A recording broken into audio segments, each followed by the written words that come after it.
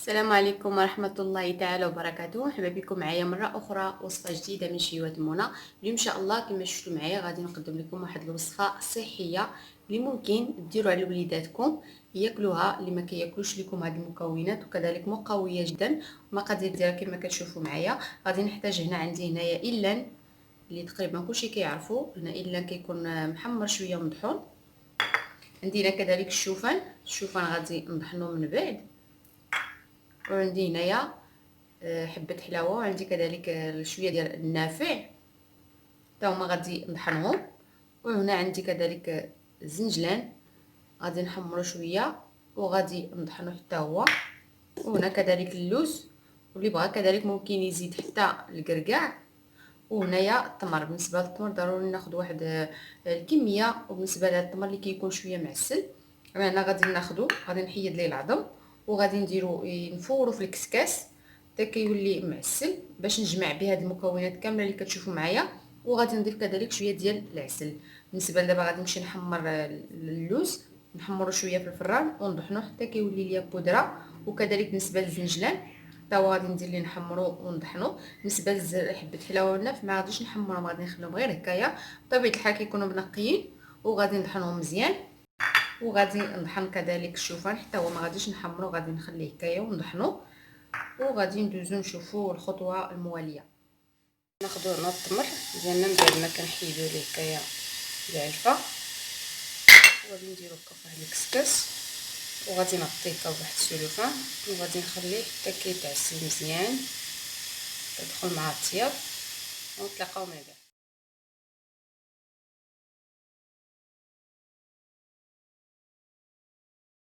هنا بعد ما كنطحنوا المكونات كما كتشوفوا معايا كنردهم على شكل بودره. وغادي ندوزو هنايا ناخذ واحد الكسريه وغادي نهبط فيها هنا التمر اللي عسلت كما كتشوفوا. باش كتخلوه كيتفور كيولي معسل كيجيكم ساهل باش تخلطوا مع المكونات. صافي غادي نبدا نضيف هنايا اللوز ونضيف كذلك الزنجلان. بالنسبه للوز الا بغيتو يبقى مهرمش شويه ممكن تخليوه مهمرش او تخلو فيه كذلك بعض القطع اللي كيبانوا. غنضيف هنا إلان ونضيف كذلك الشوفان. بالنسبه للإلان كما قلت لكم البنات راه ضروري تحمروه شويه. بالنسبه للشوفان الا ما بغيتوش تحمروه بلا ما تحمروه احتفظوا به غير يكون هكايا وطحنوه. صافي غادي نبدا هنايا نجمع مزيان هذاك التمر مع المكونات كاملين، نحاول ندخلهم فيه حتى كيتجمع مزيان ويدخل فيهم داك التمر. عاد من بعد نضيفوا العسل. كنحاولوا هنايا ضروري تخدموا التمر وهو سخون باش يجيكم ساهل، ما تخلوش حتى يبرد. الا برد لكم ما غاديش تقدروا تحكموا فيه، غادي يقصح وغادي يجمد، غتجيكم شويه الخدمه صعيبه. كما كتشوفوا راه بدا كينسجم مع المكونات وبدا كيتجمع ليا الخليط.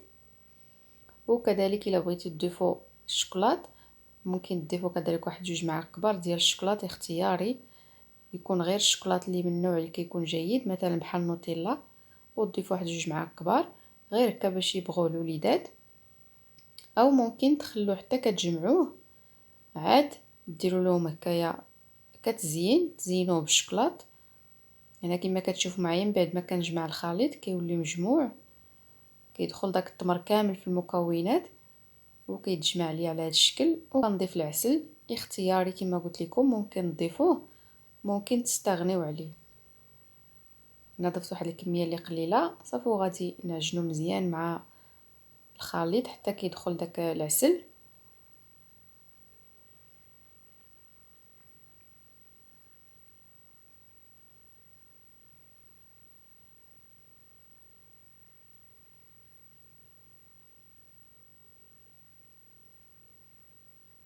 هنا بالنسبه للطريقه اللي غادي ندير ليه غادي نديرو على شكل حريبلات، ومن بعد غادي ندخلو للثلاجه حتى كيقبض راسو.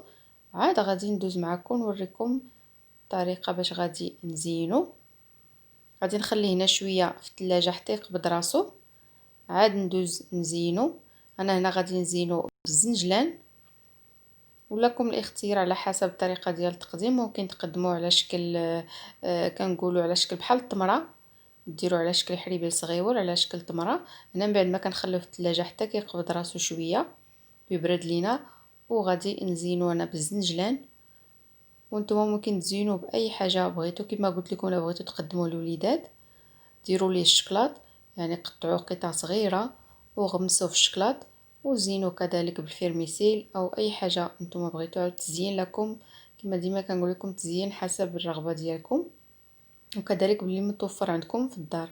انا غادي نزين واحد جوج حليبلات بالزنجلان، والجوج الاخرين غادي نخليهم هكاياك عادي. كنحاول هنايا الزنجلان كامله ندوزو داك الحليبل في الزنجلان حتى كيتغمس فيه وكيتغطى ليه الوجه ديالو. عاد غادي ندخلو كذلك للثلاجه يقبض راسو شويه، عاد نقطعو معكم. كما قلت لكم بالنسبه للوز كذلك الا بغيتو تخلو دوك القطع ديال اللوز يكون باين لكم يجيكم على شكل فقاص، ممكن تخلو اللوز يكون قطع صغيره مقطعه، قطعوه هكا بالموس قطع صغيره، غير ما تخلوه كبير بزاف باش ما يهرسش لكم الخليط. الا بغيتو تقطعوه يعني ديروا غير قطع صغيره وخلطوه مع الخليط، وبهكاك فاش كتجي تبغيو تقطعوه كيكون دوك الطرف ديال الزنجلان باين، او الكركاع حتى هو ممكن ديروه. هذا كافكار كاقتراحات اللي ممكن ديروهم باش تزينوهم. انا غادي نستمر بهذه الطريقه وغادي ندخلو للثلاجه حتى كيبرد مزيان، وغادي ندوزو نشوفو نقطعو معكم. وانا من بعد ما كيبرد ليا وكيقبض راسو غادي ندوز انا نقطعو معكم. كما كتشوفوا كيتقطع بسهوله، كيكون رطب، وكنقطعو على هذا الشكل كما كتشوفوا كيجي من الداخل على هذا الشكل. كنتمنى الوصفه ان شاء الله تجربوها وتعجبكم وتعجب لكم الوليدات. بالنسبه للوصفه خاصه للوليدات وكذلك الكبار، كتجي بنينه بزاف ومقويه اهم حاجه.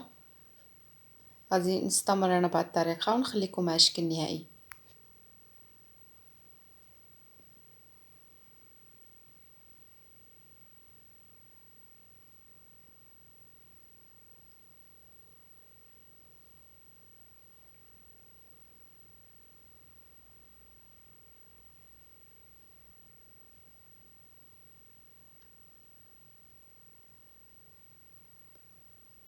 وهذا هو الشكل النهائي ديال الوصفه ديال اليوم. كنتمنى تكون نالت الاعجاب ديالكم، واهم حاجه انكم تجربوها وان شاء الله تستافدوا من المكونات اللي قدمت معكم.